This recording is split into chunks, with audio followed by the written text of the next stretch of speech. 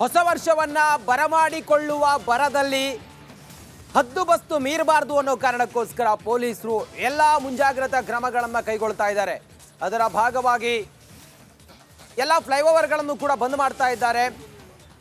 ಅಹಿತಕರ ಘಟನೆಗಳು ನಡೆಯದಂತೆ ಹೆದ್ದಾರಿಗಳಲ್ಲೂ ಕೂಡ ಹದ್ದಿನ ಕಣ್ಣಿಟ್ಟಿದ್ದಾರೆ ಪೊಲೀಸರು. ಮುಂಜಾಗ್ರತಾ ಕ್ರಮವಾಗಿ ರಾತ್ರಿ ಫ್ಲೈಓವರ್ಗಳು ಸಂಪೂರ್ಣವಾಗಿ ಬಂದ್ ಆಗ್ತವೆ. ಏರ್ಪೋರ್ಟ್ ಫ್ಲೈಓವರ್ ಅನ್ನು ಹೊರತುಪಡಿಸಿ ಉಳಿದೆಲ್ಲ ಫ್ಲೈಓವರ್ಗಳು ಕೂಡ ಬಂದ್ ಆಗ್ತವೆ. ಸಂಜೆ 6 ಗಂಟೆಯಿಂದ ನಾಳೆ ಬೆಳಿಗ್ಗೆ 6 ಗಂಟೆವರೆಗೂ ಕೂಡ ಎಲ್ಲ ಫ್ಲೈಓವರ್ಗಳು ಕೂಡ ಬಂದ್. ಕೆಲ ಫ್ಲೈಓವರ್ಗಳ ಮೇಲೆ ವೀಲಿಂಗ್ಗಳು ಜಾಸ್ತಿ ಆಗ್ತಾ ಇದೆ. ಸ್ಟಂಟ್ ಮಾಡೋದು, ವೀಲಿಂಗ್ ಮಾಡೋದು ಇದೆಲ್ಲ ಜಾಸ್ತಿ ಆಗ್ತಾ ಇದೆ.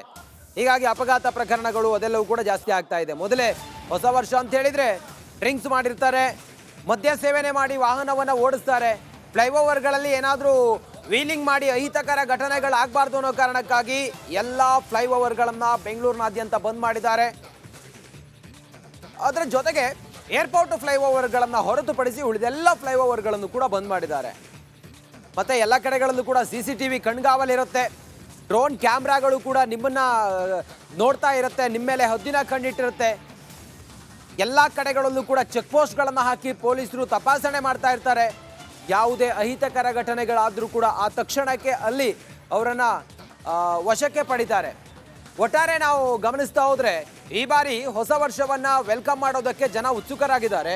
ಅದರ ಜೊತೆಗೆ ಹೇಗೆ ಅದನ್ನು ಮುನ್ನೆಚ್ಚರಿಕಾ ಕ್ರಮವನ್ನು ವಹಿಸಬೇಕು ಅನ್ನೋದ್ರ ಕುರಿತಾಗಿಯೂ ಕೂಡ ಪೊಲೀಸರು ಸಕಲ ಸಿದ್ಧತೆಯನ್ನು ಮಾಡ್ಕೊಂಡಿದ್ದಾರೆ. ಇದೆಲ್ಲದರ ಕುರಿತಾಗಿ ಮತ್ತಷ್ಟು ಮಾಹಿತಿಯೊಂದಿಗೆ ನನ್ನ ಕಲೀಗ ನಾಗರಾಜ್ ಈಗ ಲೈವ್ ಕನೆಕ್ಟ್ ಆಗಿದ್ದಾರೆ. ನಾಗರಾಜ್, ಈ ವರ್ಷದ ಹೊಸ ವರ್ಷವನ್ನು ಬರಮಾಡಿಕೊಳ್ಳೋದಕ್ಕೆ ಎಷ್ಟು ಉತ್ಸುಕರಾಗಿ ಜನ ಕಾಯ್ತಾ ಇದ್ರು, ಅದ್ರ ಜೊತೆಗೆ ಮುಂಜಾಗ್ರತಾ ಕ್ರಮವೂ ಕೂಡ ಪೊಲೀಸರು ಅಷ್ಟೇ ನೀಟಾಗಿ ಮಾಡಿದ್ದಾರೆ. ಏನೇನು ಮುಂಜಾಗ್ರತಾ ಕ್ರಮಗಳನ್ನು ಈವರೆಗೂ ಮಾಡಿದ್ದಾರೆ ನಾಗರಾಜ್?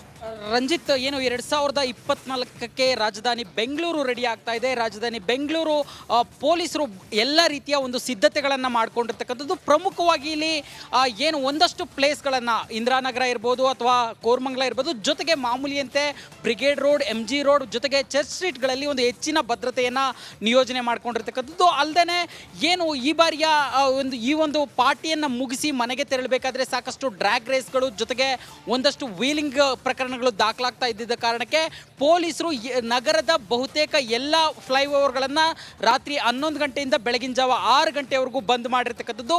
ಇದರಲ್ಲಿ ಏನು ಏರ್ಪೋರ್ಟನ್ನು ಕನೆಕ್ಟ್ ಆಗುವಂಥ ಫ್ಲೈಓವರ್ಸು, ಜೊತೆಗೆ ಓಲ್ಡ್ ಮಡ್ರಾಸ್ ರಸ್ತೆಯಲ್ಲಿ ಇರ್ತಕ್ಕಂಥ ಟಿನ್ ಫ್ಯಾಕ್ಟ್ರಿಯ ಒಂದು ಬ್ರಿಡ್ಜನ್ನು ಹೊರತುಪಡಿಸಿ ಇನ್ನೆಲ್ಲ ಫ್ಲೈಓವರ್ಗಳನ್ನು ಬಂದ್ ಮಾಡಲಾಗಿರುತ್ತೆ. ಜೊತೆಗೆ ನಗರಾದ್ಯಂತ 48ಕ್ಕೂ ಹೆಚ್ಚು ಕಡೆ ಒಂದು ಡ್ರಿಂಕ್ ಅಂಡ್ ಡ್ರೈವ್ ಚೆಕ್ ಮಾಡಲಿಕ್ಕೆ ಪ್ಲಾನ್ ಮಾಡ್ಕೊಂಡಿರ್ತಕ್ಕಂಥದ್ದು. ಹೀಗಾಗಿ ಯಾರೇ ಪಾರ್ಟಿಯನ್ನು ಮಾಡಲಿ, ಯಾರೇ ಎಲ್ಲೇ ಎಷ್ಟೊತ್ತವರೆಗೂ ಪಾರ್ಟಿ ಮಾಡಿದ್ರೂ ಸಹ ಏನು ಅವಧಿ 1 ಗಂಟೆವರೆಗೂ ಇದೆ. 1 ಗಂಟೆ ಬಳಿಕ ನಿಯಮಿತವಾಗಿ ಏನು ಸರ್ಕಾರ ಮತ್ತು ಬೆಂಗಳೂರು ಪೊಲೀಸರ ಗೈಡ್ಲೈನ್ಸ್ ಇದೆ, ಅದರ ಪ್ರಕಾರ ಮನೆಗೆ ಹೋಗಬೇಕು. ಎಲ್ಲೇ ಯಾವುದೇ ರೀತಿಯ ಅಹಿತಕರ ಘಟನೆಗಳು ಆಗಬಾರ್ದು. ಒಂದು ವೇಳೆ ಏನಾದರೂ ಸಣ್ಣ ಪುಟ್ಟ ಇದಾದರೆ ಅಲ್ಲಲ್ಲಿ ಒಂದು ಸೇಫ್ಟಿ ಐಲ್ಯಾಂಡ್ಗಳನ್ನು ಸ್ಥಾಪನೆ ಮಾಡಿರ್ತಕ್ಕಂಥದ್ದು. ಜೊತೆಗೆ ಪೊಲೀಸರ ಒಂದು ಏನು ಅಲ್ಲೇ ಹೋಗಿ ದೂರು ಕೊಡಲಿಕ್ಕೆ ಅಂತ ಕೆಲವೊಂದು ಕಳ್ಳತನ ಪ್ರಕರಣಗಳಿರ್ಬೋದು, ಮತ್ತು ಯಾರಾದರೂ ಮಿಸ್ಸಿಂಗ್ ಆದರೆ ಇರ್ಬೋದು, ಇದಕ್ಕೆ ಸಂಬಂಧಿಸಿದಂತೆ ದೂರು ಕೊಡಲಿಕ್ಕೆ ಅಲ್ಲಲ್ಲಿ ಕಂಟ್ರೋಲ್ ರೂಮ್ಗಳನ್ನು ತೆರೆದುಕೊಂಡಿರ್ತಕ್ಕಂಥದ್ದು. ಒಟ್ಟಾರೆಯಾಗಿ ಈ ಒಂದು ಹೊಸ ವರ್ಷ ಸಂಭ್ರಮಾಚರಣೆ ಯಾವುದೇ ಕಾರಣಕ್ಕೂ ಅಹಿತಕರ ಘಟನೆಗಳಿಗೆ ಸಾಕ್ಷಿ ಆಗಬಾರ್ದು ಅಂತೇಳಿ ಸಕಲ ರೀತಿಯಲ್ಲೂ ಬೆಂಗಳೂರು ಪೊಲೀಸರು ಭದ್ರತಾ